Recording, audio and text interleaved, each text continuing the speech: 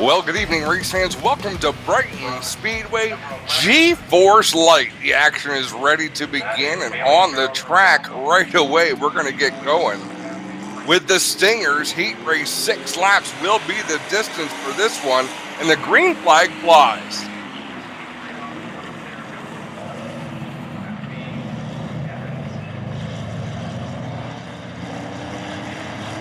Quick action at the front of the field. Side by side down into turns 3 and 4. Beautiful night here at Brighton Speedway. Whoa! A wild flip off of turn number 4. That is the 11 machine.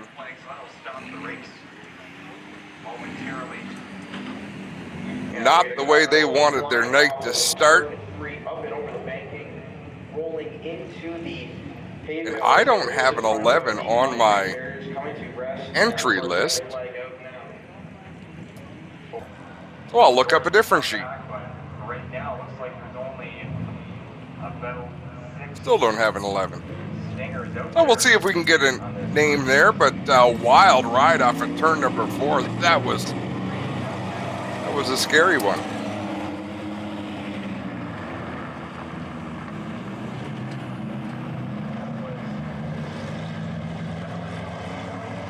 Rewind down the back straightaway they go.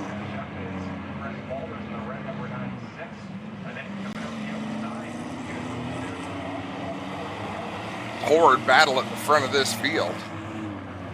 I think that's why I can't find the car I'm looking for. I have the wrong division open.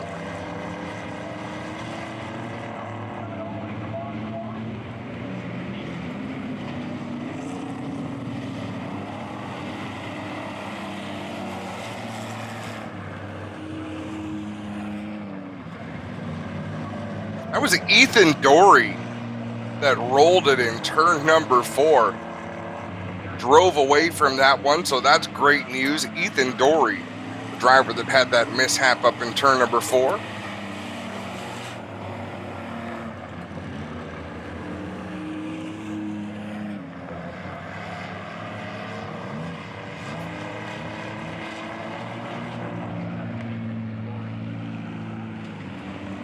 Again, still looking for that driver list. I'm sorry about that. Trying to get things sorted for you here.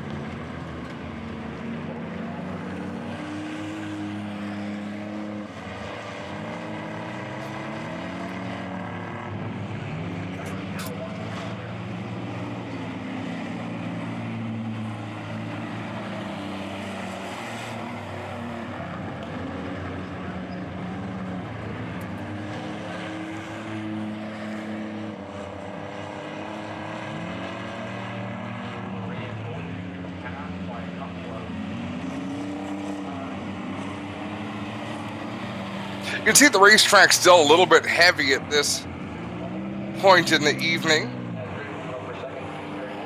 as the checkered flag falls on that one. Spent most of that race trying to get past the 01 of Boston Valley. Put up a good fight there, putting on the defense and keeping that 96 car behind him to finish second place here in this first heat race of the night.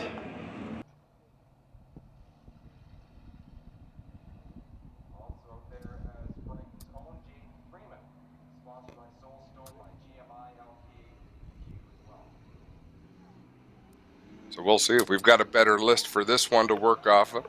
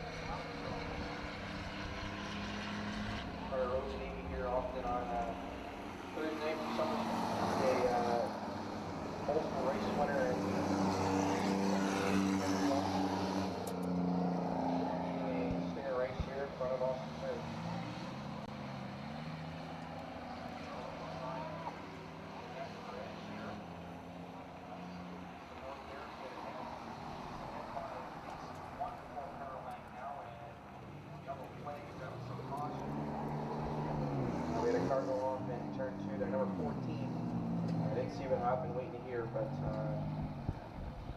that was the number 14 of Jade Freeman went off in turn 2. Looks like he'll be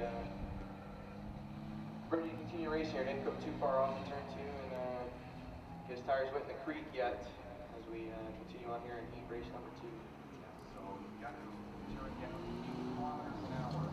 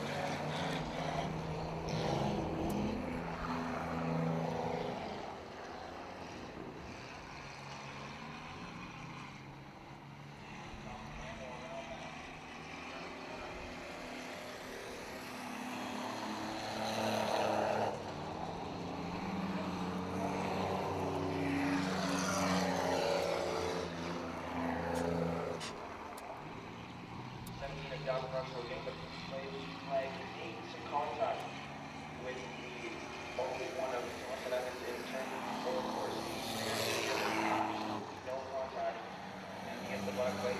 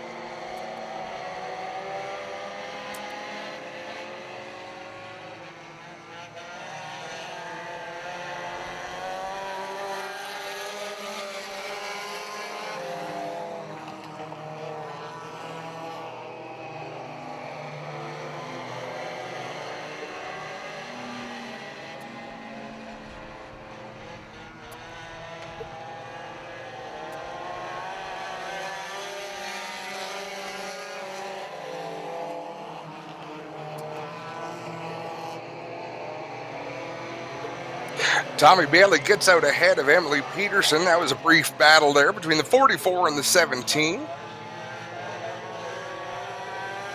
Now Peterson with some company from behind. She'll try to hold them off. One of them is the 7 of Anthony Rinaldi. The other, the 12 of Caleb Severin. So Severin and Rinaldi doing battle right now down the back straightaway. Rinaldi about 3 car lengths back, drives it a whole lot deeper than Severin. Again, all this going on about 2 car lengths behind Emily Peterson, number 17. Rinaldi works up high on the racetrack. Severin works up high on the racetrack. Is unable to close that gap. He'll take it into turn number 3 quite a bit deeper than Severin. Severin getting a good run off the corner and down that front straightaway. So things fairly spread out here in the mini stock division as this heat continues. And Peterson has pulled away from that battle. Unable to close much different distance rather on Tommy Bailey in the 44. Rinaldi again stalking Severin down the back straightaway. Takes that higher entry into 3 and 4, sails it in. We watched a Stinger a little bit earlier on go for a barrel roll with that kind of maneuver, but the checkered flag flies in this qualifying heat.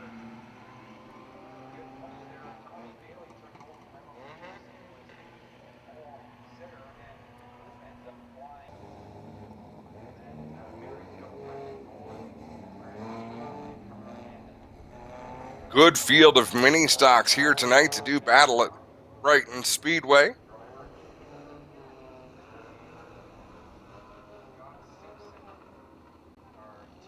Looks like Tristan Bootler on the pole for this one.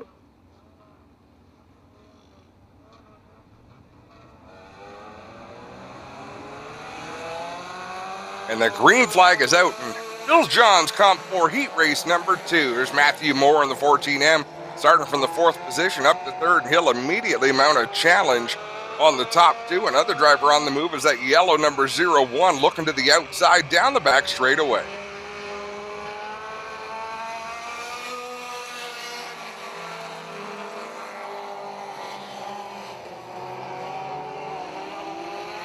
Again, early in the night, so these cars barely lifting as they work through the corners. That's Kyle Gregory in the 97 getting some good bite, that black and yellow machine. Now we got to look at Matthew Moore in the 14M. Ahead of him looks like Brian Cross in that 18 machine as they run out of turn number 2 down the back straightaway. Out in front, it's Jordan Baldwin in that 19. Driving that car hard, sails it down into the corner, lets it breathe for a minute, then right back onto the throttle. So Baldwin out in front by a comfortable margin. They get mixed up. Boy, tough break for Matthew Moore. He was in 3rd, looked like he was going to gain and wound up in 3rd again, but problems for Brian Cross in that number 18 machine.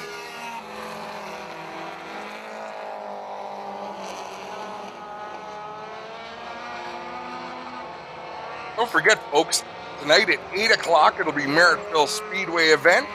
Tomorrow night at 7 o'clock, you can watch Humberstone here on GForceTV.net.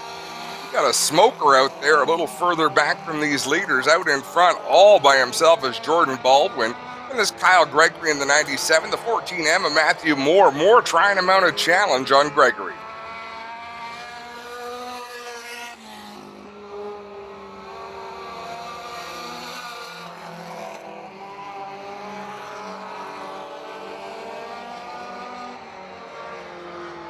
Moore taking more of a sweeping run through the ends, trying to close in on Gregory, but that 97 handles very well in a straight line, making good power.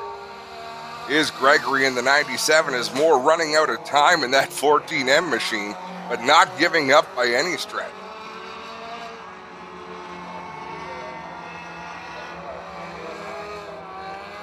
There we have a look at Jordan Baldwin, who's dominated this qualifying heat. He's going to take the checkered flag. Coming home in 2nd will be Kyle Gregory.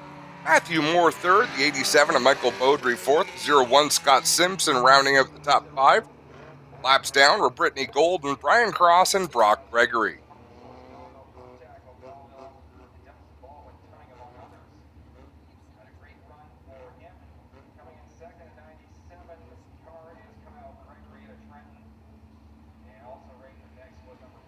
As you can see, the sun getting low in the sky here at Brighton Speedway as they head on back to that pit area. Now it's time for the Canadian Modifieds on the racetrack.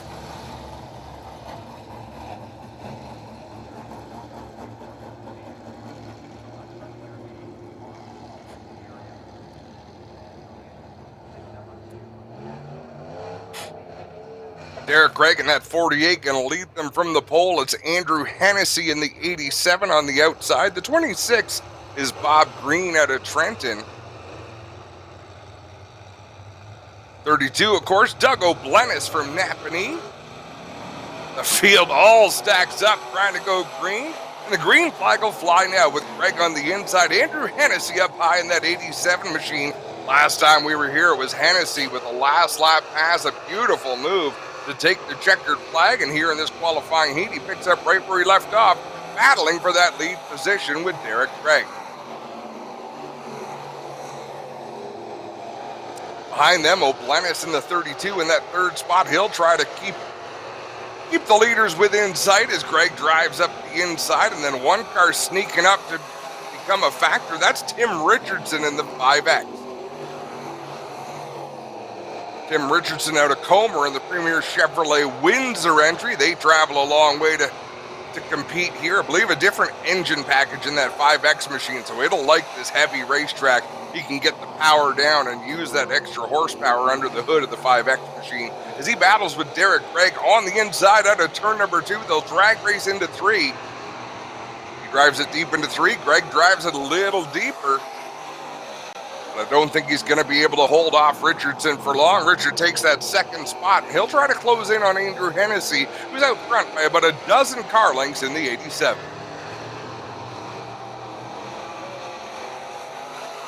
Hennessy working the high groove there in 3 and 4. Quite often you see these drivers right down on the bottom of the racetrack, with the Canadian Modifieds working a little higher on the track, and Richardson closing that gap. I was going to say slowly reeling in the leader, but he's reeling in Andrew Hennessy in a fair bit of a hurry here.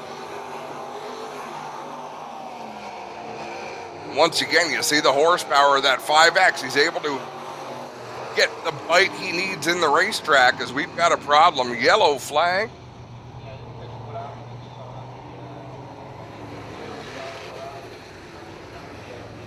That's the 09 of Dan Price.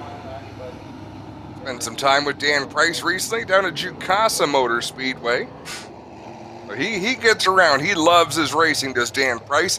Let's check this out. Andrew Hennessy on the inside, Richardson on the outside, Derek Gregg in row number 2 in that 48th, and it's Doug O'Blennis in the 32. The 5 machine is Wally Alderdice. He's right there in the mix. Everybody in the mix for this restart. So is Tom Swerbick in the 4 machine. Derek Gregg had some problems getting up to speed, a little bit of contact, but everybody carries on. Now the battle out front, Richardson around the outside of Andrew Hennessy. He'll take that lead. Hennessy going to try to give chase. But Richardson has that 5X machine hooked up and flying out here.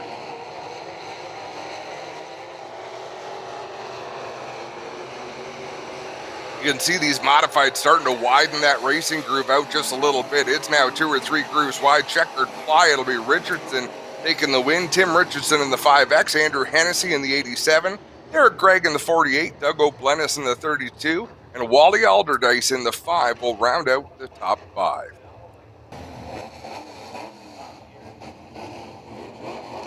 Heat race number 2 ready to set sail out here. It's a night of number 5s. Everybody's number 5. Gerald Martin, the driver of this number 5 machine, he's going to bring him from the pole position on the outside. Nathan Rinaldi in the number 3. Hometown just off of turn number 4. Green flag is out and they're underway. Right behind them, the 07X is Curtis King. Oh boy. Things getting dicey down the back straightaway. That's our pole sitter, Gerald Martin, getting a little bit crossed up. Rinaldi had to take evasive action. Everybody behind them pretty much on the binders. And the yellow flag will fly. Whenever you get a chain reaction like that, usually a car deep behind that reaction is the one that gets the short end of the stick and winds up out in the rhubarb. So Sean Gregory behind the wheel of the number 1 machine, Adam Whaley in the 12. The 29 is Rich Sanderson, 56 is Pat McAvoy, 69 is Julian Phillips. Those are all the cars in this qualifying heat for the Canadian Modifieds as CAA. Looks like they're going fishing back there. Someone's got to go get them. Boehner's Oil Guard Anti-Rust is the sponsor of the Canadian Modified Division. As we get set to go back to green flag racing, we'll stack them up again. Gerald Martin up front with Rinaldi alongside. Green flag is out. Rinaldi wastes no time getting to the front in that red number 3 machine. Following him around the outside of Martin is the 69 of Julian Phillips. King in the 07 working the bottom of the racetrack behind him. I believe that's Sean Gregory in the number 1. We have a good look at Gregory right behind the side-by-side battle of Julian Phillips in the 69, the 07 of Curtis King out in front. Young Nathan Rinaldi continues to lead the way in that 3 machine as the battle for second continues. I believe they're side-by-side and closing in on Rinaldi for the race lead. What a great battle in this Canadian Modified Division. Phillips throws it into the corner sideways. It nearly worked, but now he loses a spot to King in the 07. He's going to try it again in 1 and 2. Gregory just behind them in that 4 spot, looking to make it a 4-car battle for the lead.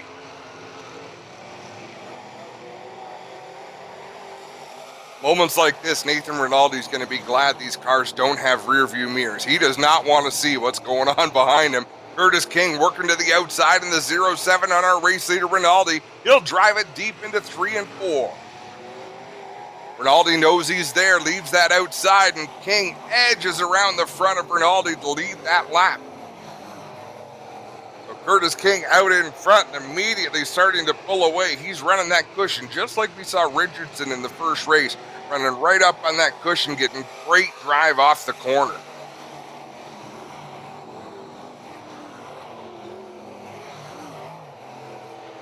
So Rinaldi now back in the clutches of Sean Gregory. And it's Julian Phillips doing battle with the 12 machine. The 12 is Adam Whaley. 2 rows deep side by side. They battle for 2nd and 3rd behind them. The battle for 4th and 5th with 6th place just behind them. Gregory gets around Rinaldi to take on that 2nd position. Checkered flag is out, and here's how they'll wind up in this one. Curtis King takes the win over Sean Gregory, Nathan Rinaldi, Adam Whaley, Julian Phillips, Rich Sanderson, Pat McAvoy, and Gerald Martin. That's how they finish that one in the Canadian Modifieds.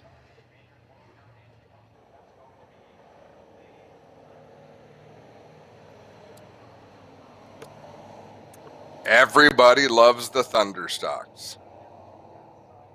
Well, I shouldn't say that. I love the Thunderstocks. They roll on the racetrack now. The 18 of Kyle Anderson on the pole position. He's going to pace this field too. The green flag also out there. The 97 of Dave Barrett. The 88 is Patrick Easton. Try to get you that outside row. Actually, the winner of the last one, that's Austin Reed out there in the 85, starting from the 4th position, immediately heading to the outside. On the 82 of Terry Guja. Tattoo Terry in that 82 machine, running in the 2nd spot behind Austin Reed. Behind them, it's anybody's battle. The 92 is Adam Turner, that white race car up on the outside, little bit of contact. I believe that was from the 53 of Wade Purchase down there in 1 and 2. Both of them running the high groove, trying to make tracks towards the front of the field, but it's Austin Reed out in front over Terry Guja with a commanding advantage. I believe that's Kyle Anderson hanging on to the 3rd spot for now as they work through 3 and 4, but he's got company up on the outside in the form of Adam Turner. Wade Purchase now works to the inside of the racetrack. They might look to go 3 wide through turn number 2. Oh, 4 wide. That's not going to work, fellas. Kyle Anderson on the inside in that 18. Adam Turner up high in the 92. Now Wade Burgess again following in the tire tracks of Adam Turner. Turner takes over that third position. Wade Burgess going to try to take fourth, maybe 2 for 1 here in turns 1 and 2 as he gets a nose up the outside of Adam Turner at the same time. Turner up to third, Wade Burgess fourth. They battle behind Austin Reed and Terry Guja. With open racetrack, all 4 of these drivers very, very fast here at Brighton Speedway. Adam Turner methodically running the middle to the bottom of the racetrack while Wade Burgess, he has tried every groove on that racetrack trying to make a move on Turner's number 92.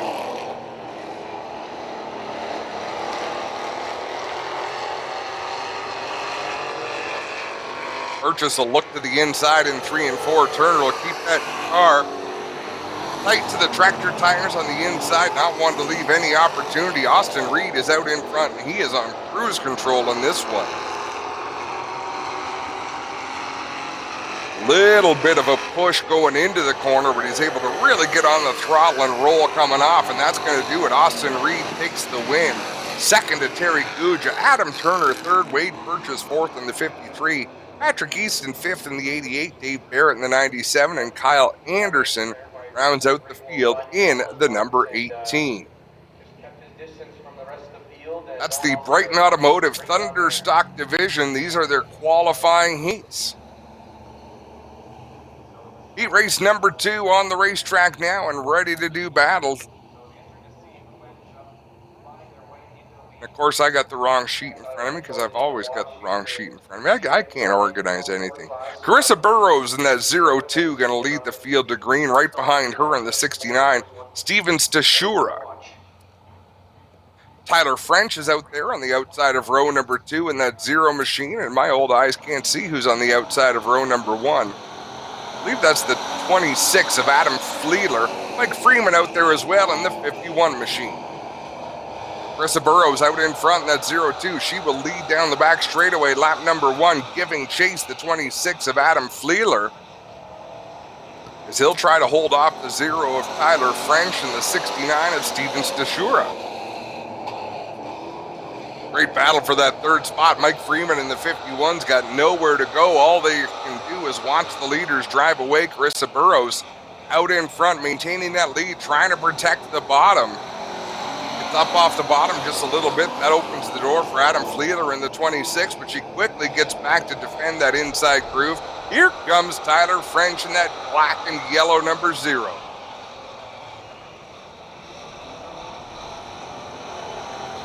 French kind of diamonding turns 3 and 4, watching what's going on ahead of him. He may sail it in on the high side here. Carissa Burrows doing what she needs to do to protect that inside, but if Tyler French has a free rein on the outside, we could see them 3 wide through 3 and 4. Nope, not quite yet, as Adam Fleeler develops a big push in that 26 machine, has to gather that car up.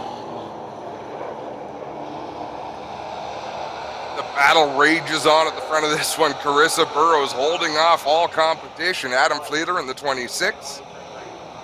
Tyler French in the 0. Steven Tashura right behind them. So nobody has gotten away in this one. This is a tight battle. Now Tyler French with a good run to the outside in that 0 machine. He's up to the numbers on Carissa Burrows' passenger side door. She'll leave that room to the outside. He'll drag waste down the front straightaway. Contact in turn number 2 between Burrows and Tyler French. Adam Fleeler definitely got the worst of that one.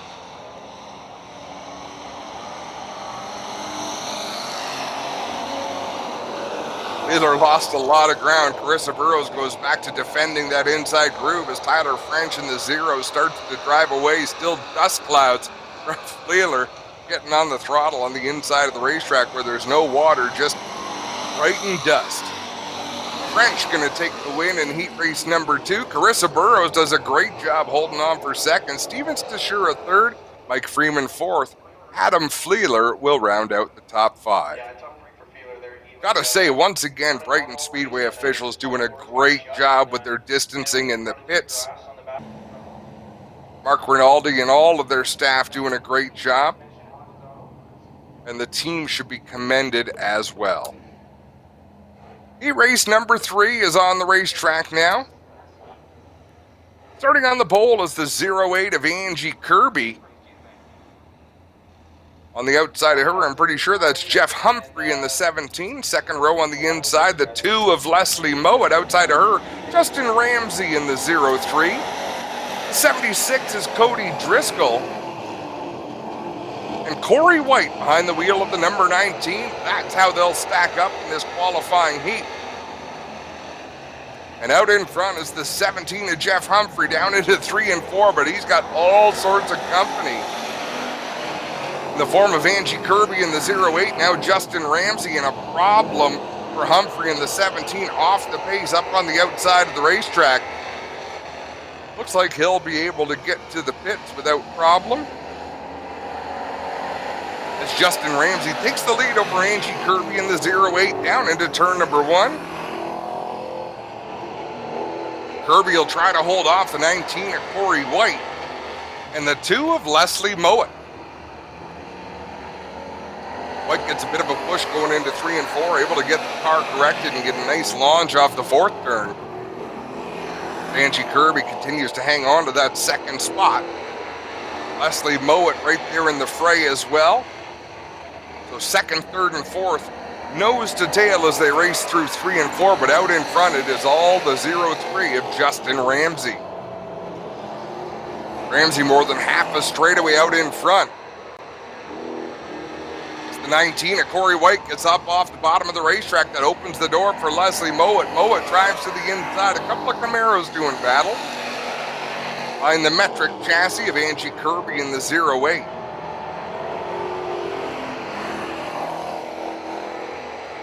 Mowat drifts across the back bumper. Corey White in that 19. Ahead of them, Angie Kirby starting to gain some real estate. On the 3rd place run in White. As I say that, White drives it into 1 and 2, and Kirby goes over the edge in turn 2. She'll spin that 08 around. Does the sportsmanlike thing, gets the car pointed in the right direction, and she will carry on. And we stay under green.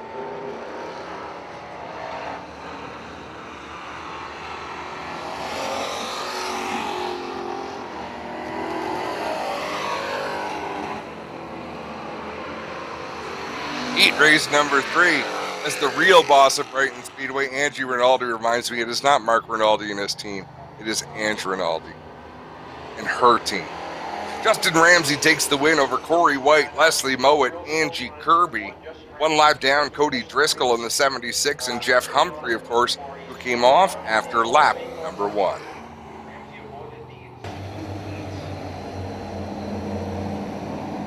It's time for the late models. Vanderland Building Products late model division is on the track now. Again, great support for this division out here. A good field of race cars. You can hear them revving their engines. On the outside of row number 1, that's Sam Panaccio in the 311 machine. The 03 is Greg Haskell. He's going to start from the pole position. The 7 is Adam Naylor. He'll start 3rd. Looks like Andrew Hennessy in the 87 rolling off in the 4th position as the green flag flies. 5 is Steve Baldwin out there as we got a great side-by-side battle for the 2nd spot between Sam Panaccio and Adam Naylor in the 7. Naylor going to take that position, immediately go to work on the race later. What a launch up at turn number 4. He got to battle with Greg Haskell. Naylor on the inside, Haskell up high, and Naylor going to take the lead all the way. That machine is out in front. Panaccio still in the 3rd position. He'll try to close in on Haskell and battle for P2 out there. Panaccio rolled on the bottom of the racetrack pretty well. So is Hennessy. And so is Steve Baldwin right behind them. Now Hennessy to the inside of Panaccio. He'll try to clear that move down in 3 and 4, but Panaccio able to roll around the outside and maintain that position. So Panaccio in the 3rd spot, Andrew Hennessy back in 4th. Baldwin not able to take advantage there. He's still runs behind this battle as Andrew Hennessy loses the nose just a little bit down into turn 3.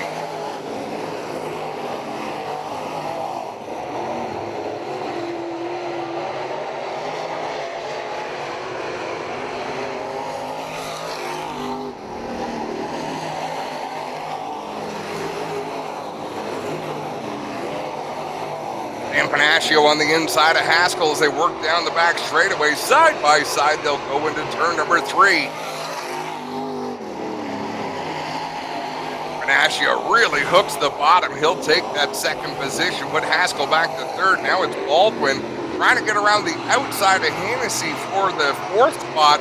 This one is all Adam Naylor. Naylor going to take the checkered flag in Vanderland Building Products Heat 1, followed by Sam Panaccio, Greg Haskell, Steve Baldwin, Andrew Hennessy, Tim Gillespie. Not sure which Mayhew was driving that car tonight, either Andy or Eli, and Brian Sudbury rounding out the field.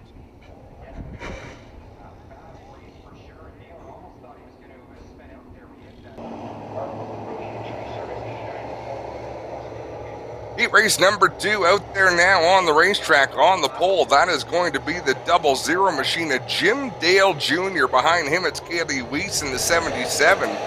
46 is Warren Mowat. Up on the outside, Phil Potts in the 29, and we got a problem with the 13 of Kevin Gowdy. Not sure what the issue was there. Charlie Sandercock, of course, out there in the 57 machine, and we are under green. Jim Dale Jr. trying to hold off Kaylee Weiss, Mowat, Charlie Sandercock. That's the battle for second spot. The leader has gotten away just a little bit, but you give Phil Potts a clear racetrack, he is going to drive away from most fields of late model. Dale on the outside of Kaylee Weiss as they work through 1 and 2, takes a sweeping run, putting the power down. Charlie Sandercock has to lift just a little bit to avoid contact as they go 3 wide into 3 and 4. Mowat on the inside, Sandercock in the middle, and Jim Dale Jr. pinching him off coming off the turn. Just some great late model racing here at Brighton Speedway in the qualifying heats for Vanderland Building Products late model.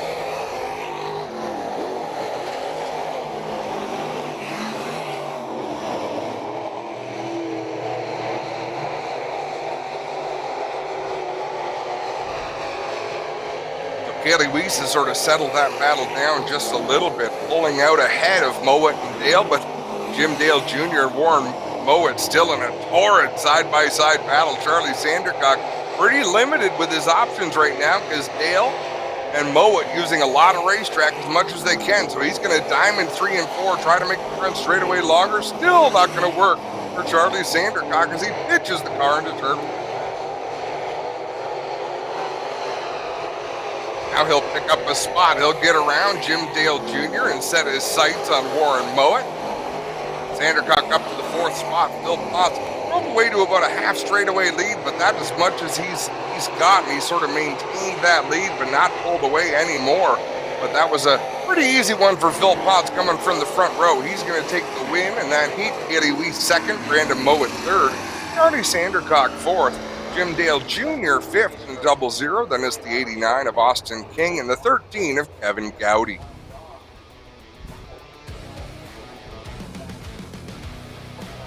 Folks, we're going to take a quick commercial break here, and we'll be back with feature racing action.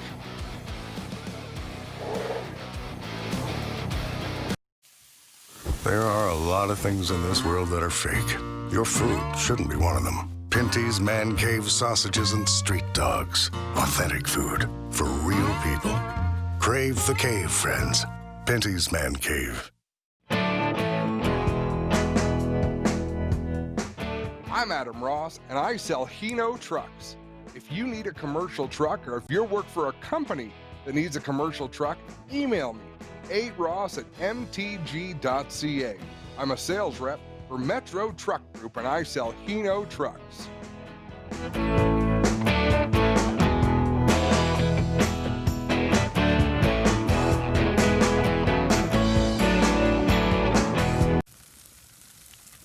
There are a lot of things in this world that are fake. Your food shouldn't be one of them. Pinty's Man Cave ribs. Authentic food for real people. Crave the Cave, friends. Pinty's Man Cave. Well, good evening, everybody. Welcome to our weekly race chat. Adam Ross and Clinton Jeffrey are live and interactive every Tuesday night. Rivals Race Chat is your home for race discussion, debate, news, interviews, and more. They'll even take your questions and comments live on the air and talk to some of the newsmakers each week. Tune in every Tuesday night at 8 p.m. on GForceTV. Car number 72, Anthony, is on the zone. 77.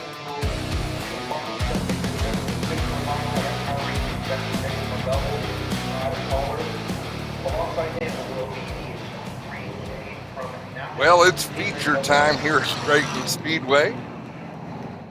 So now it'll be number 1, Dawson Evans, Frank Burns. And the Stingers are on the track first.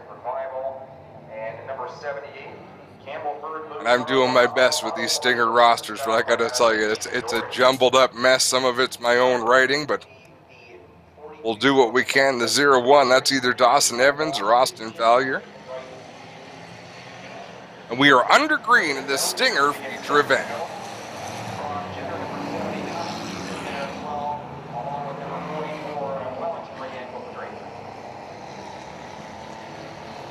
Around the turn they go. It's Chris Lamel trying to get up into the lead here in the number 95 black vehicle. Good push here on the outside of number 18. That is Carter Rowley, 20 Westward. Here's Stewart in the Alpine heat. There he goes, coming to the outside. Carter Rhodes in the gray. Flying in with Lamel, and tight behind them is Chris Mulders of Motorville. Good push here by Lamel and Mulders, but it looks like Carter Rhodes is anchoring that front straight pretty well into turn number 2. And down the back stretch. Chris Lamel in the 95 holding off the 96 of Chris Mulders down into turn number 3. Just ahead of them, I believe that's Carter Rhodes in that 18 machine.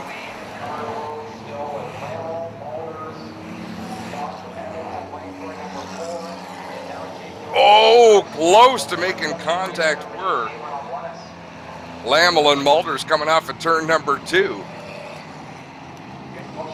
Again, Carter Rhodes just ahead of them, so that trio with a fierce battle going down through turns 1 and 2, a little deeper in the field. We look at some of the action. 23 of Caitlin O'Blennis. Outside of her, it's the 42. I believe that's Aiden Fletcher in the 42 machine. Some drivers coming through this field. The 76 is Brad Collar.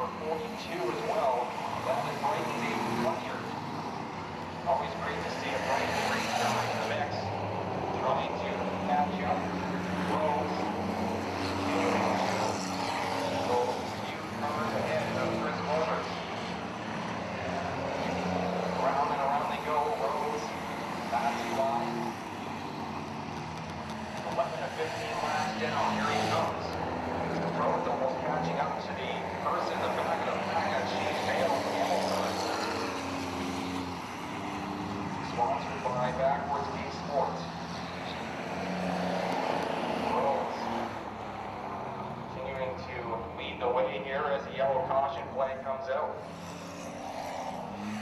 Yeah, so Payne came around in turn 4. That is and he made some contact with one of the 01s. That's the 01 of Boston Valley. They were hard going into turn 3. They made some contact there on that left rear door panel, sent around the infield, and came through stop in turn 4. Gets it back rolling. That's number 42-8, Fletcher of Brighton.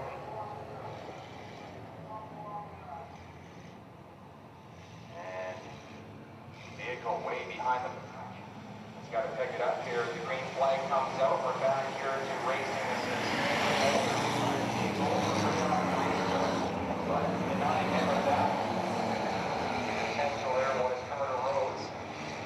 Lamble and Mulder's right there. And now sliding in the middle out of nowhere almost was number 01. That was Dawson Evans. Flying in there is number 18. And very slowly Farrell Dory. And a red flag has come out, and they've got to get the last car to stop there. Big collision over in turn number 4. It looked like that might be the 76 of Brad Fowler. He went hard into the tire barriers in front of that. And number 5 of Picton, Eric Conlon, who set himself a quietly good race, but he's going to have to try and jump the pack here in order to get into the victory lane. Green's out, and here we go. Carter Rhodes, you can see Mulder's going to on the outside. Chris Mulder, a chance there to sneak up and send to Carter Rhodes, who continues to move forward with Lamble in the second spot. Those two go bumper to bumper, almost. Rhodes coming around now, tries to sneak up. Rhodes, Lamble, and Mulder, still number 1, 2, and 3. Almost spinning out there, number 42, Fletcher. The 79 green comes Ron Jenner. He's now past Fletcher. Ron Jenner to the tweet. Still in the lead, Rhodes. Rhodes has one more lap to go. White flag is out. Here comes Carter Rhodes with Mulder's catching up to him down the back stretch. Coming around the final turn, here's a chance for Carter Rhodes to win it, and he will just ahead of Chris Mulder's. Chris Lamble of Trenton comes in third. Following in fourth, Ron Jenner with a solid last couple of laps after the restart. Aiden Fletcher of Brighton finishes 5th. Caitlin O'Blennis was in 6th, and right there as well, Dawson Evans in 7th. So a good run here by Carter Rhodes again. He wins the qualifying heat in the Junior and Senior Stingers division, and he finds himself in the winner's circle once again.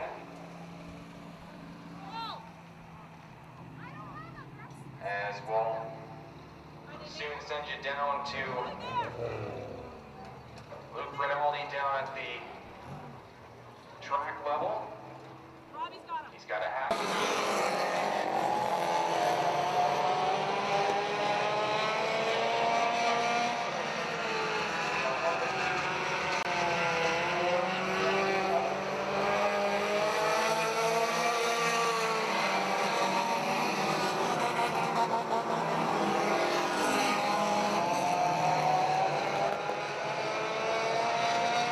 Well, we pick up the mini stock feature event underway here.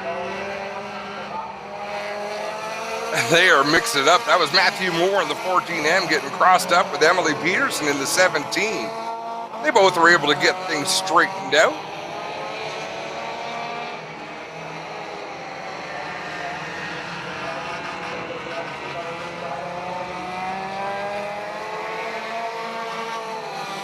See Anthony Rinaldi in the 7 machine doing battle with the 19 of Jordan Baldwin out there. There's Bailey in the 44. He has been quick all night long. He'll work to the inside. That 19 of Jordan Baldwin, they battle right behind Anthony Rinaldi coming off at turn number 4. They'll look 3 wide down the front straightaway. Bailey backs out a bit. Little bit of contact there between the 19 of Jordan Baldwin and the 7 of Anthony Rinaldi.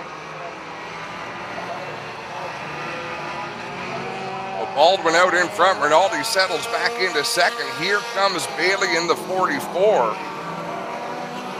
Don't count out the 97 of Kyle Gregory either. Great battle at the front of this one. Rinaldi trying to hang on to second.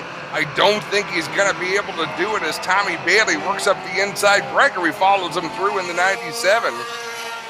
They'll take up the second and third positions and try to track down the race leader.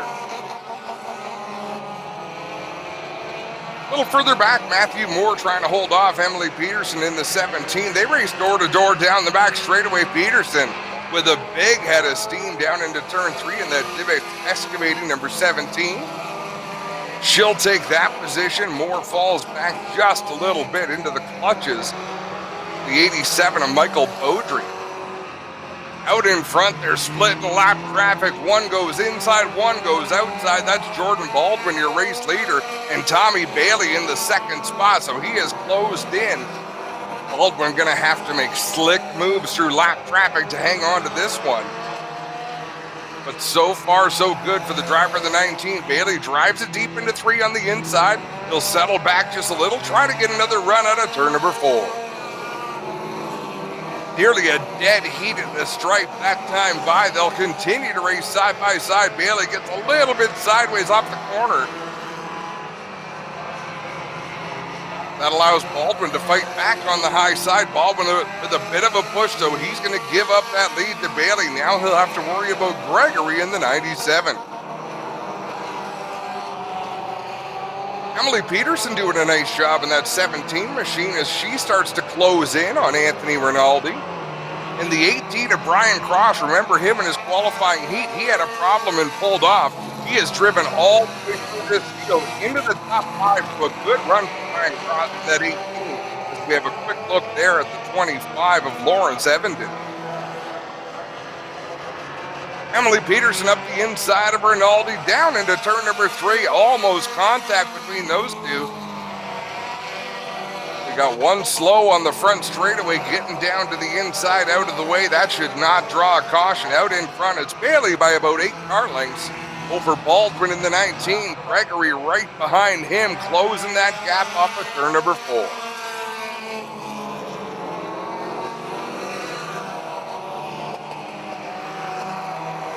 This racetrack is perfect tonight. Nice and wide for these drivers. Lots of options for them to try whatever groove they want as the yellow flag flies, and we can see why. Caleb Severin in the 12 machine nosed into one of those tractor tires on the inside.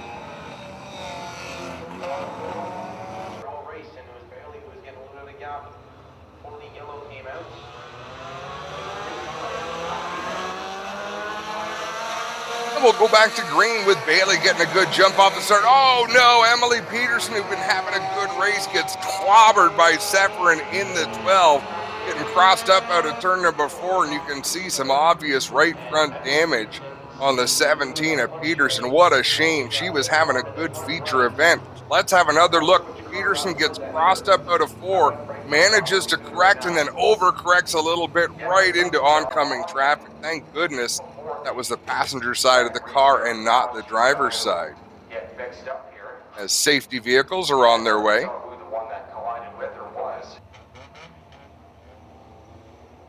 We'll stack them up once again. Bailey in the 44, going to start from the front. Baldwin in the 19 on the outside.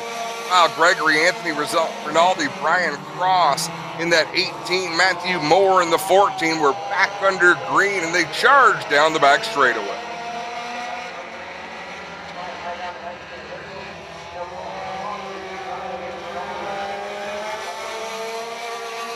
We look at Brian Cross trying to make a move on the Gregory number 97. Out in front is Bailey. Just a couple of car lengths over Baldwin, which is what he had built up earlier, but really wasn't driving away any more than that. So this top 4 or 5, all with just a car length or 2 between them as they do battle. Most of them running the bottom of the racetrack right now, but Bailey, that 44 car, is just on rail.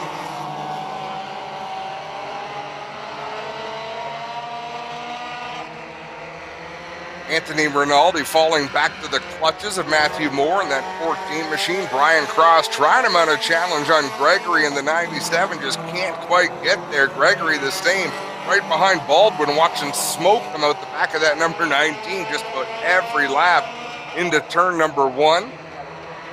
Oh, same thing in turn number 3. It was hard to tell in the lights there, but yeah, Baldwin, every time he gets off the throttle into the corner, you can see a big puff of smoke come out of the 19 car.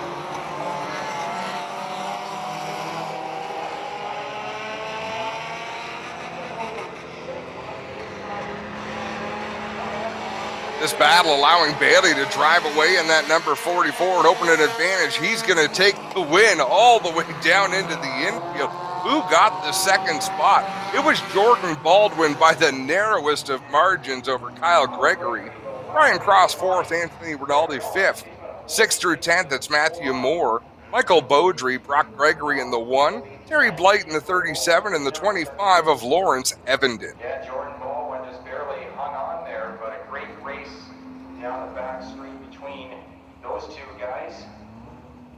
And taking number 1 will be Up next should be the Canadian Modifieds. This will be a fun one. outstanding job done by him. Last time out here at Brighton Speedway, we saw an amazing battle, an amazing move by the eventual winner, Andrew Hennessy. Brian Cross and then Anthony Rinaldi of Brighton.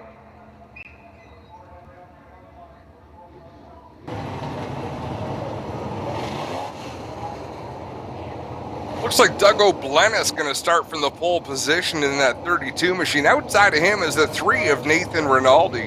Row number 2 on the inside, the 87 is Andrew Hennessy. Outside of him is the 1 machine of Sean Gregory. Back to row number 3, it's Tim Richardson in the 5X. Alongside of him is the 07 of Curtis King. A couple of black cars making up that row. Then we go back to the 12 and the 48. The 12 is Adam Whaley. The 48 is Derek Gregg.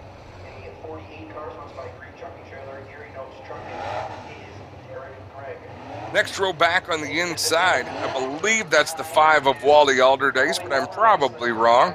On a 50-50 chance, I am wrong at least 75% of the time. Outside of him is the 69 of Julian Phillips.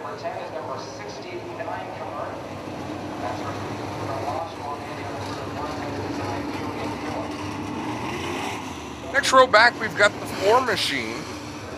The 4 is Tom Swerbrick. Alongside him, looks like the 29. 29 is Rich Sanderson. 26 is Bob Green. And the 56 is Pat McAvoy.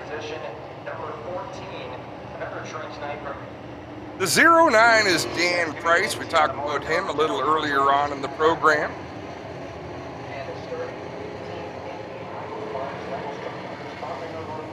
And the other number 5, that's Gerald Martin. When in doubt, call number 5. Gerald Martin going to start shotgun on this field. Wonder where that saying came from, starting shotgun on a field. Not one you hear every day, but we're going to go green, folks, out of turn number 4. O'Blennis in the 32, Rinaldi in the number 3. They roll into the throttle through turn 3. O'Blennis gets the advantage on that start. If they let that stand, he is out in front.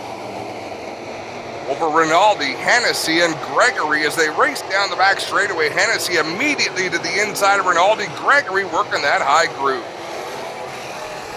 O'Blennis and Rinaldi basically fired at about the same time as the yellow flag flies. And I think somebody might have put something at the back there. I'm actually not sure if they didn't like that start or if there's something on the racetrack. They both fired at about the same time, but Doug O'Blennis just fired much better in that 32 than Rinaldi did, so he did have the advantage. But maybe there's a car back there. So a tough run for him, and we hope this isn't the end of his race already. Yeah, there's a car back there. I just like telling stories. Great going down.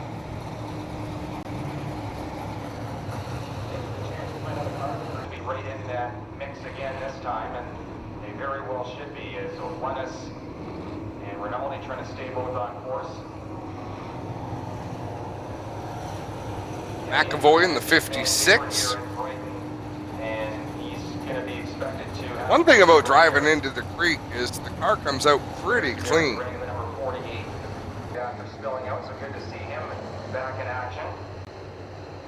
Let's try this again. O'Blanis on the inside in the 32, Rinaldi in the 3 up on the outside. This is where, when you're a young racer like Rinaldi, you've got to keep your left front ahead of the right front of the pole sitter. Make that outside work. That was a better start for Rinaldi, but still O'Blanis with the advantage. Hennessy jumps into that second spot. Gregory trying to follow him through on the inside. So Rinaldi, not the opening lap he would have liked, I'm sure, in that 3 machine, as he runs the risk of falling back to the 4th spot. Even 5th, Curtis King can squeeze up there on the inside in that 0-7, but Rinaldi giving it a good fight on the outside. At the front, it's Doug O'Blanis holding off the 87 of Andrew Hennessy while they race side by side for 3rd. Gregory down low, Rinaldi up high. Then it's Curtis King, and remember the 5X of Tim Richardson, who was flying in his qualifying heat. That was on a bit heavier racetrack, but he is still making some pretty big horsepower in that black number 5X. Yellow flag flies. That's Whaley in the 12 machine, Adam Whaley. And if I'm not mistaken, and if I can still read, it looks like that car's for sale. That's a shame. Up on the top of that quarter panel is where you want a big sponsor to go, not a for sale sign. O'Blanis on the inside, Hennessy up on the outside. Rinaldi going to restart from the 3rd position. We are back under green.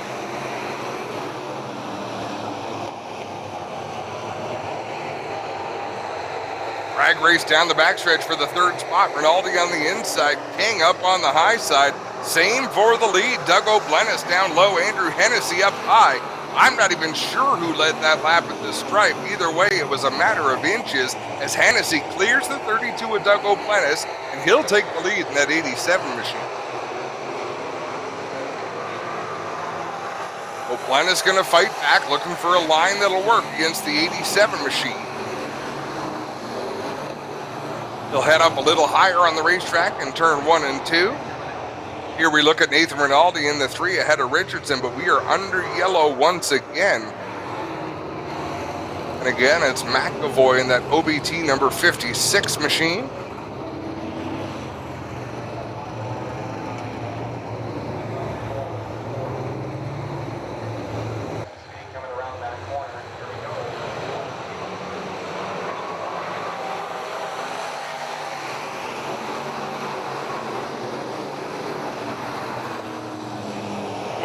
Rinaldi up the racetrack. Whaley goes by on the inside. So does the 29 machine of Rich Sanderson and Rinaldi. Maybe a little bit of fire under the hood. Looked like a little bit of flame just in front of the firewall on that 3 machine.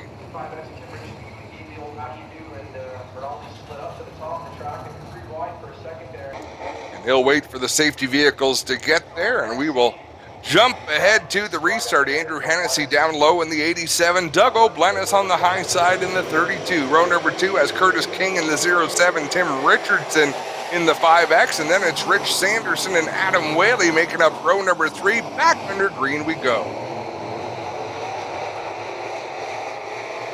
Hennessy got the lead on O'Blanis by running the outside. Can O'Blanis take the lead back the same way? Running that high groove, gets a great run between 3 and 4. Hennessy able to pull him off the corner, but O'Blanis again with a good run down the back straightaway. Just can't quite draw up to the outside of Andrew Hennessy.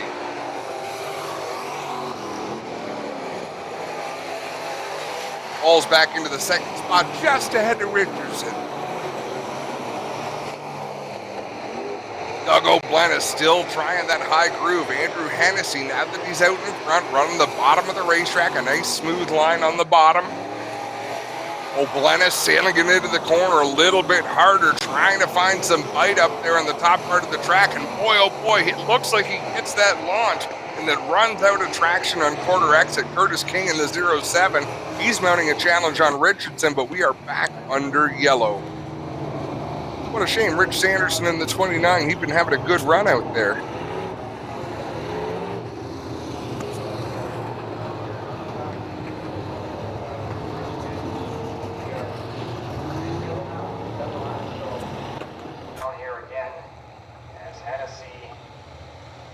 Again, O'Blennis going to restart on the outside.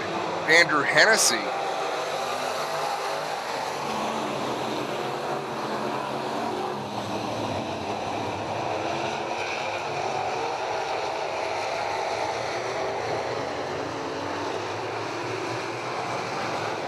And again, O'Blennis is pulling all the tricks out of his hat that he's got. We are under yellow once again.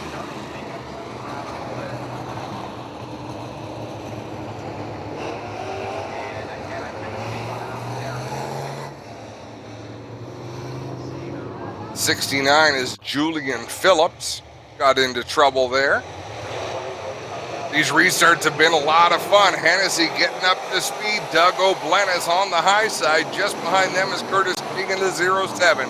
Tim Richardson in the 5X. Adam Whaley up there in the top 5 in the 12 machine. Little bit of a push going into 3 for Doug O'Blennis. He loses some ground on the race leader. That allows Curtis King up the inside in the 07. Tim Richardson looking for racing room as well in that 5X. 3-car battle for the second spot.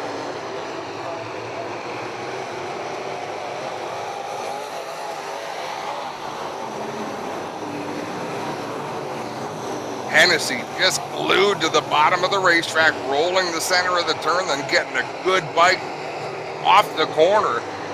But he has left a fantastic battle as Richardson narrowly misses the back bumper of Doug O'Blennis, sailing it down into turn 3. Curtis King on the outside, Doug O'Blennis on the high side. Tim Richardson had thoughts of running up the middle of these two in that battle for second, which is great for Andrew Hennessy because as these cars battle, he slowly pulls away with the race lead.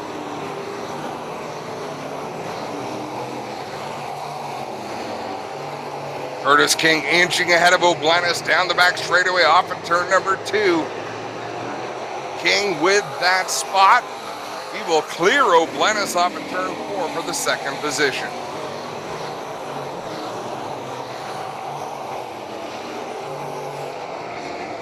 O'Blennis not going to give up. He's working back on the outside of Curtis King. Man, O'Blennis has been the working man in this modified feature.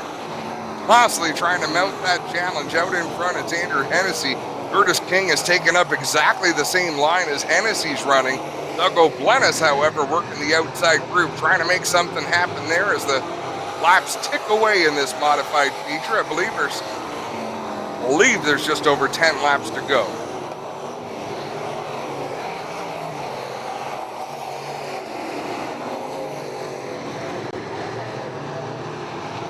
King has pulled out on O'Blennis by about 3 car lengths, still 5 behind race leader Andrew Hennessy. O'Blennis goes even higher into the corner, so does Tim Richmond, so does Sean Gregory in that number 1.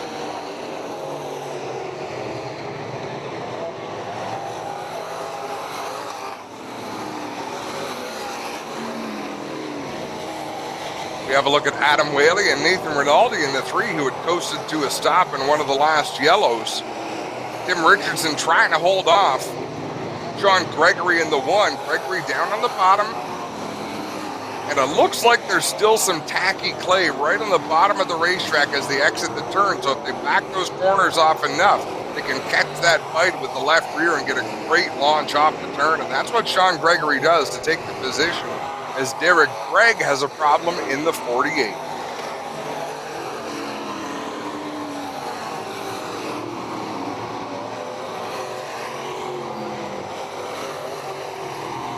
I don't think Gregg's going to be able to clear the racetrack here, but we will see. Andrew Hennessy clicking away laps, and look at Curtis King. Running that line Hennessy's running, but running it just a little bit better, closing in on the race leader.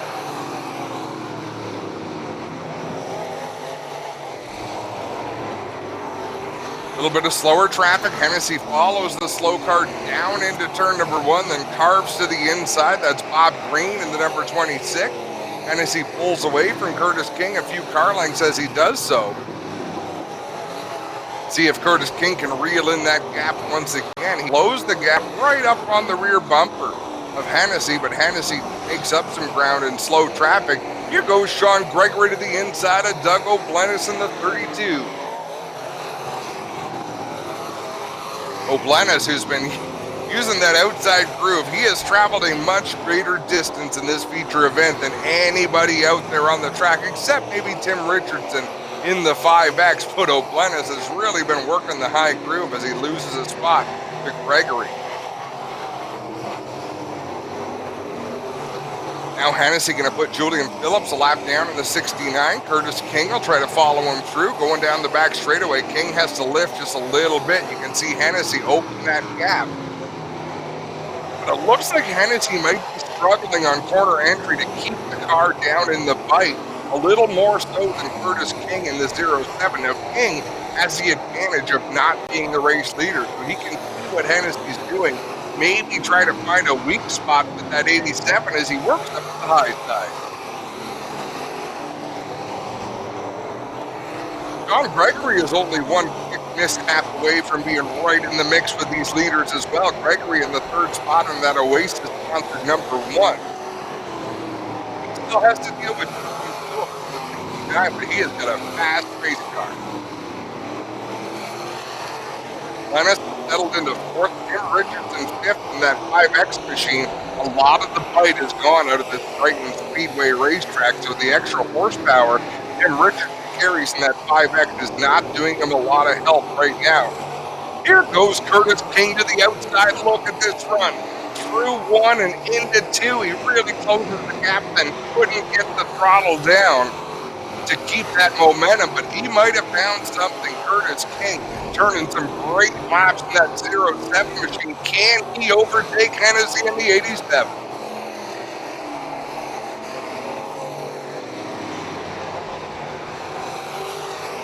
Way up in the tacky stuff that time through 3 and 4. And it's spectacular to watch, but Andrew Hennessy just efficiently running that bottom groove, doing the same thing lap after lap. Remember the great Joe Plazik said, you never want to run 100%. Maybe run 90% until you see someone, and then you've still got a little more, and that's all there is to it. As Andrew Hennessy takes the win narrowly over the 07 of Curtis King. Sean Gregory 3rd in the number 1. Doug O'Blennis 4th in the 32. Tim Richardson rounds up the top 5 in the 5X, and then 6th through 10th is Adam Whaley in the 12. The 3 of Nathan Rinaldi, the 29 of Rich Sanderson, the 09 of Dan Price, nice job for him, finishing all the laps tonight, and the 69 of Julian Phillips rounds out the top 10, 1 lap down.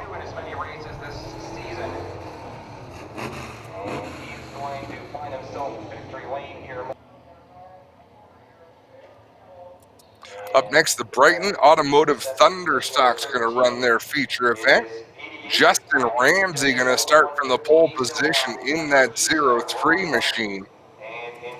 I believe that's Leslie Mowat starting in the 2nd spot in the number 2.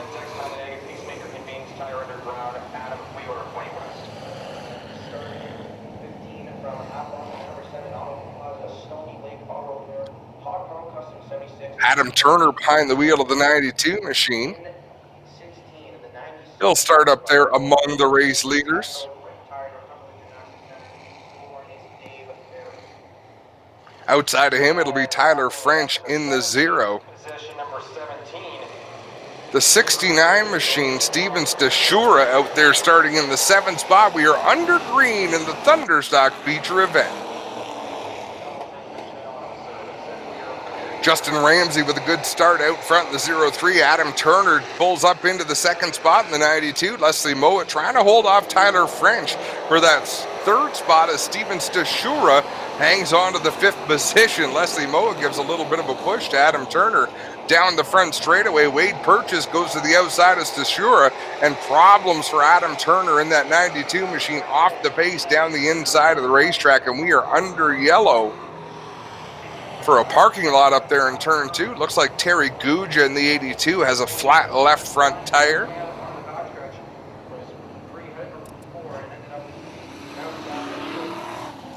Don't forget, folks, right after Brighton Speedway, we will be showing on GForce Lite the Merrittville Speedway program from last night. You don't want to miss that. It starts at 8 o'clock.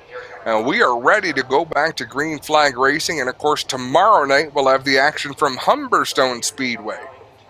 All of it on GForceTV.net. But we're thrilled to be here bringing you the Brighton Speedway action.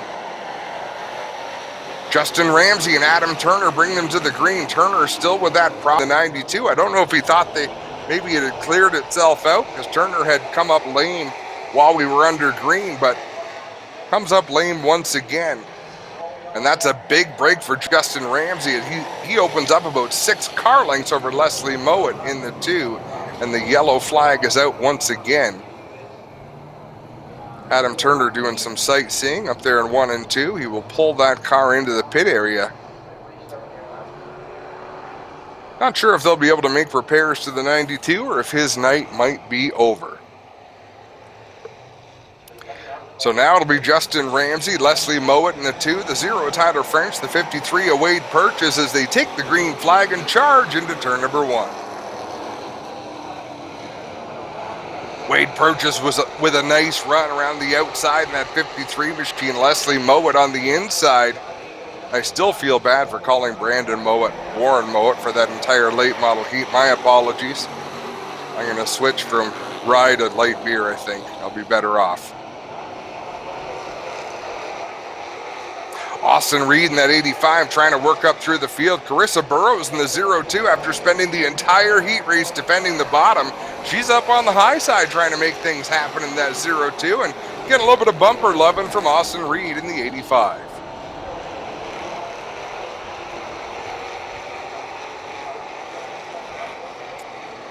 Behind them, a good battle between the 97 and Dave Barrett, and I believe that's the 19.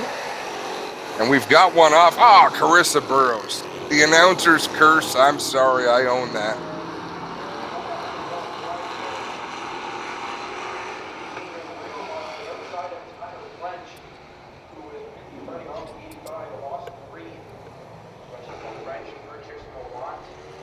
We'll restack the field and get back to green flag racing. Justin Ramsey.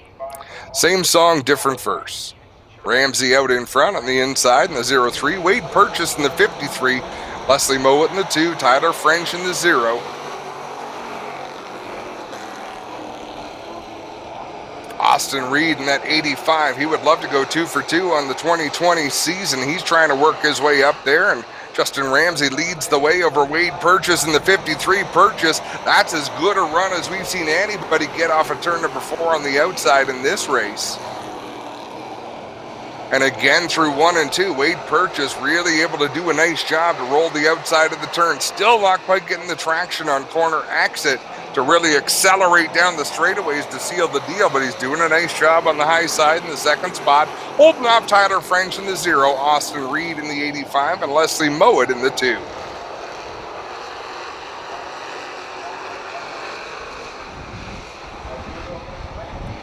Continuing that challenge for the lead, Wade Purchase on the high side. Justin Ramsey down low. This reminds me of Andrew Hennessy the last race. Just run the bottom until someone shows you that they can run the top better. So far, it's not happening. Justin Ramsey hitting his marks on the inside of the racetrack. Wade Purchase having to work real hard up on the high side. As I say that, loses a bit of forward bite, slides all the way up to the outside wall and loses some ground to the race leader, Justin Ramsey.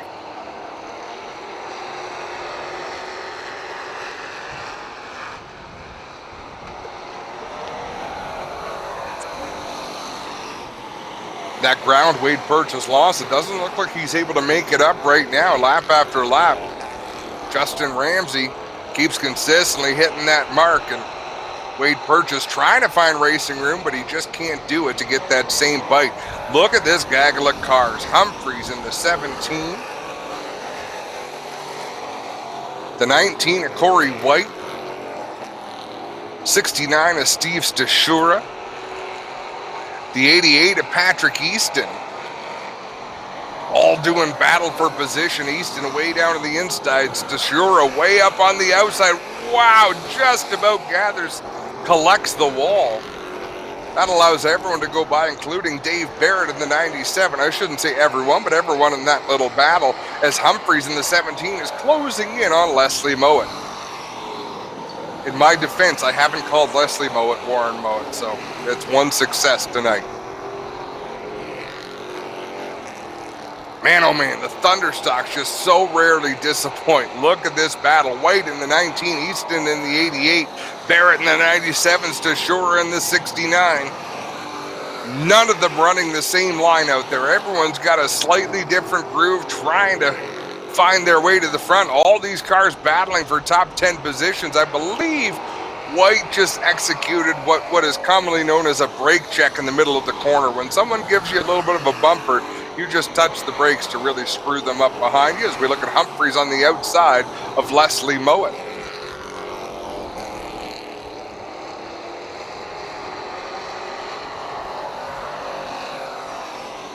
Humphreys going to pick up that spot in the 17, doing it the hard way. Up on the outside as we are about to complete lap number 15 in this Thunderstock feature event, the Brighton Automotive Thunder Cars. Easton in the 88, narrowly avoiding the front bumper of the 97 of Dave Barrett.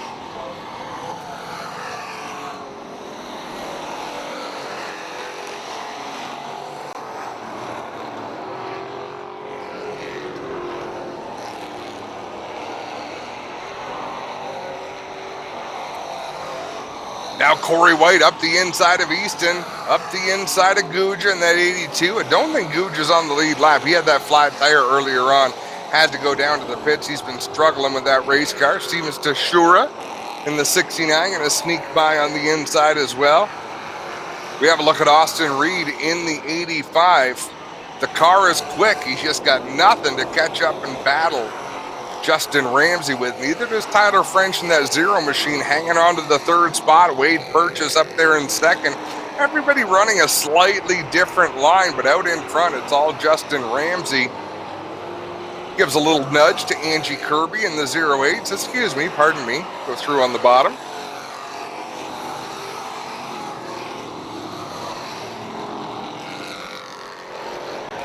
Justin Ramsey just out for a Saturday cruise here at Brighton Speedway. About to put a lap down by the looks of it on the 18 of Kyle Anderson. He'll drive up the inside of Anderson down into turn 3. Spike the brakes hard to get that car to rotate. Anderson ahead by a nose at the stripe, but it's inevitable. Justin Ramsey is going to go by, and there you see Wade Purchase more than half a straightaway behind the leader. He's got about 10-12 car lengths over Tyler French in the 0. So everything has gotten a little bit spread out, but again, with lap traffic the way it is and Brighton being such a short racetrack, anything can happen out here.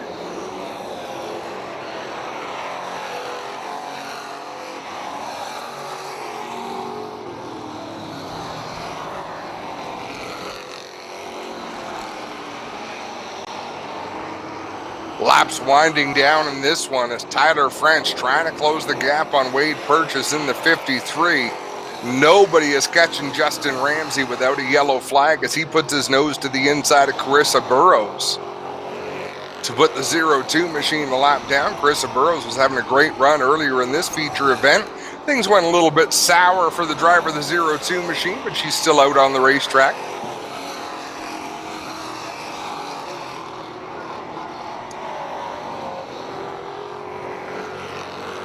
Ramsey just smooth and steady, hitting those marks lap in and lap out. The left front corner of that race car is never more than about 1.5 feet from the tractor tires around the inside of this racetrack. If anyone's going to pass Justin Ramsey, they'd have had to do it on the outside, but nobody has anything for the driver of the 03. He'll take the win over Wade Purchase in the 53, the 0 of Tyler French, 85 Austin Reed, 17 Jeff Humphrey. 6th through 10th, Leslie Mowat in the 2, Dave Barrett in the 97, the 88, Patrick Easton, 69, Stevens Tashura, and that rounding out the field, one lap down, the 02, rounding out the top 10, one lap down is the 02 of Carissa Burrows. Boards of water and service as well. One race to go. That's the Vanderland Building Products late model division.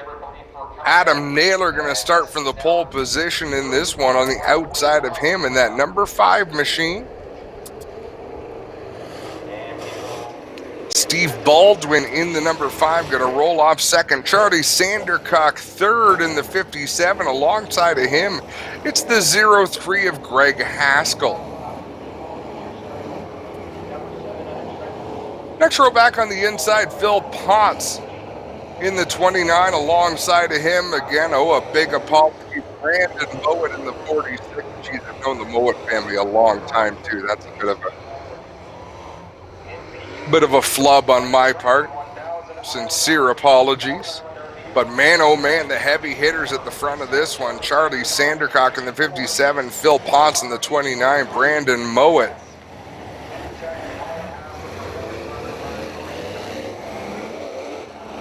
And some other cars that showed speed earlier on in the qualifying heat. Kaylee Weiss in that 77. Of course, Phil Potts in the 29. The 311 is Sam Panaccio.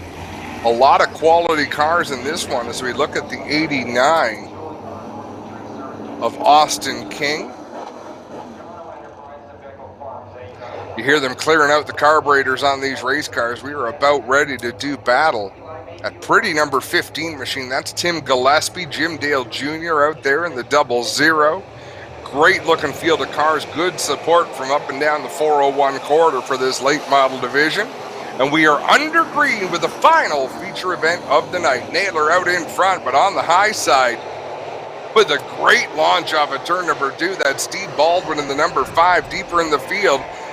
They are spread out 2-3 wide looking for racing room. Greg Haskell in the 03 didn't get the best opening lap. Whoa, Brandon Mowat slides up the track in turn 2. That opens the door for Sam Panaccio in the 311 machine. Baldwin out in front all by himself there with about 8 car lengths over Adam Naylor in the 7. Charlie Sandercock in the 57 machine. Surprising the one race they did have here at Brighton Speedway. Everyone looks to Charlie Sandercock to always be the favorite. He struggled a little bit in that feature event, but it looks like the car is hooked up this time as he makes the pass on Adam Naylor for that second position.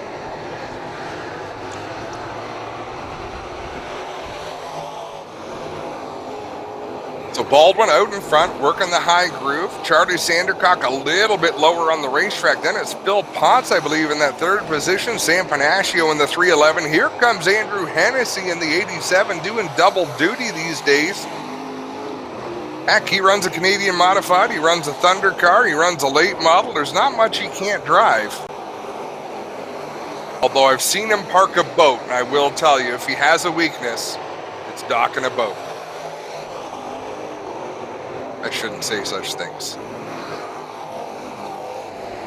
Baldwin under attack from Charlie Sandercock off of turn number 2, and you can see right now Sandercock keeping that car a little bit straighter as Baldwin kicks it sideways off the corner. Might not seem like a big deal right now in this race, but as the race goes on, the smoother you can keep these race cars, the more those tires reward you as you get deep into a race. As Sandercock slides into the corner, drifts up in front of the Baldwin number 5, give the lead to Charlie Sandercock.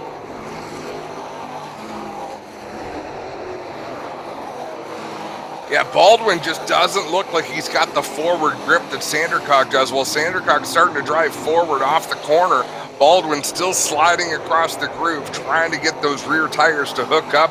Again, there's going to be lap traffic in this one, so the race is far from over. But Charlie Sandercock, once he sinks his teeth into a race lead, he has won a lot of events here at Brighton Speedway. 10 laps are in the book in this late model feature event. Andrew Hennessy in the 87 out in front of Sam Panaccio. Panaccio under attack from Brandon Mowat in the 46. And just ahead of him is Phil Potts, the winner. Last time out, and look at Baldwin mounting a challenge. You know, I talk about what a great drive Sandercock's having. Lap traffic is, they're closing in on lap cars, but this was under green, under an open racetrack. Baldwin closed that distance, drew alongside the race leader. Sandercock quickly to the outside of the slower traffic. He'll put a lap on the 13 machine of Kevin Gowdy. Baldwin gets around Gowdy, so now it's almost like a game of horse in a race car. Charlie Sandercock has to navigate this traffic as smoothly as he can. Then Baldwin has to do the same thing, navigate that same traffic. And what you want to do, you want to gain. You want to gain a car length, 2 car lengths every time you go through lap traffic. But what you want to avoid is hitting the lap cars in the wrong spot on the racetrack and losing ground. Charlie Sandercock does a nice job getting around Gillespie.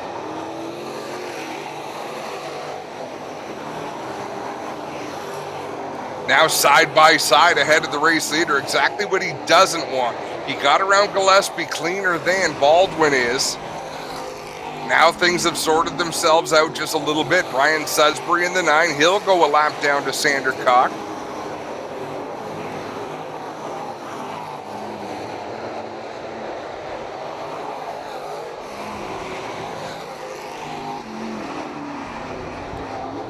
Eli Mayhew out there as well. And these cars just running their line, but they're quick enough to affect Charlie Sandercock. So Baldwin got around the first of the lap cars. Now Eli Mayhew sits between Charlie Sandercock and second place running Steve Baldwin.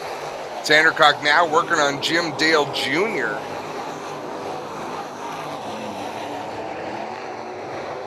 It is not easy leading a dirt race. For one thing, no rear view mirrors, so you don't know how close your competition is. No spotters on the radio. The only radio communication these drivers have, they can listen to the race director over the one-way radio. In fact, they're supposed to listen to the race director if they're minding their manners, but there's no spotter to tell them what they can try. As we look at Andrew Hennessy in the 87 trying to close in, and now Charlie Sandercock has really gapped himself. He got around the 03 of Haskell to put him a lap down. Baldwin still trying to accomplish that, and he's also gotten around a couple others. Mayhew in the 1. Andrew Hennessy trying to close in on Baldwin now as Hennessy up on the outside, which should be good for where the lap traffic is running. And now Phil Potts under attack from Brandon Mowat in the 46. Mowat drives deep on the inside of turn number 3.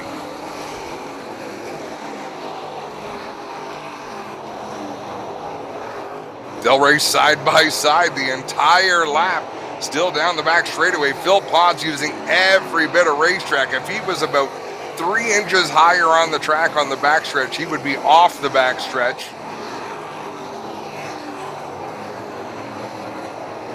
Definitely knows the limits of that race car as Andrew Hennessy gets around Haskell. Now we'll close in on Sudsy in the 9 machine. A lot of green flag racing here in this late model feature event. It's allowed Charlie Sandercock to stretch his legs and flex his muscles. Still Baldwin trying to work around the 1 of Mayhew there in turn number 4. He's got Jim Dale Jr. in front of him next. Can barely see Charlie Sandercock through the rock screen on that 5 machine, but Andrew Hennessy can see Baldwin in that second spot. You look all the way around. Charlie Sandercock's nowhere to be seen. He is driven away in this one.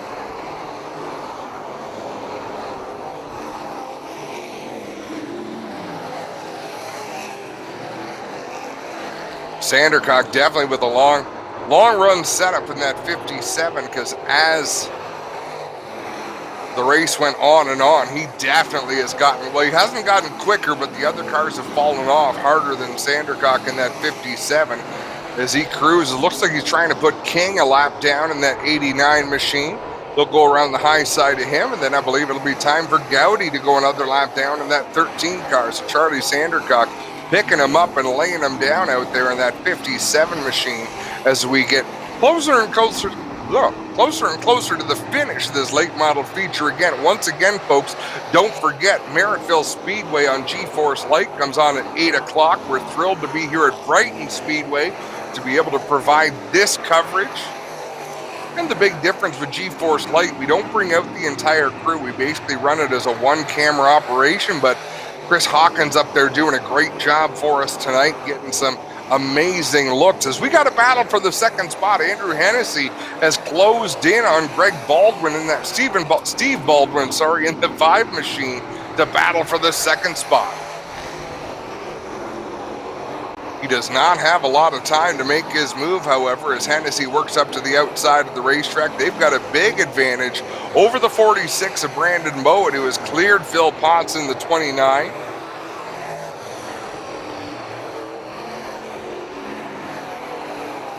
Sandercock closing in on some cars running well inside the top 10 to put them a lap down. That's Kaylee Weiss right in front of him. He works the inside of Gillespie in the 15, and he'll eyeball Kaylee Weiss in that 77, and he's just putting away laps in that 57 machine in the Thousand Islands RV Center sponsored 57 car. The competitors definitely need a yellow flag if they hope to contend with Charlie Sandercock, but it is too late. Sandercock going to take the win, and we will wait to see who's going to come home in the second position and continue to wait. Steve Baldwin in the 5 takes second, Andrew Hennessy in the 87 third, Brandon Mowat 4th in the 46, 5th the 29 of Phil Potts, 6th is Sam Panaccio in the 311, then 7th, the final car running on the lead lap was Kaylee Weiss. 8th, 9th, and 10th, Austin King in the 89, Jim Dale Jr. in the 00, and then the 1 of Eli Mayhew, and that's how they will finish here at Brighton Speedway. Folks, thank you so much for joining us here on GeForce Lite. Again, let me remind you, Merrittville Speedway coming right up at 8 o'clock p.m. here on Sunday night. Tomorrow night, tune in for Humberstone Speedway. You can always catch the action at GForceTV.net.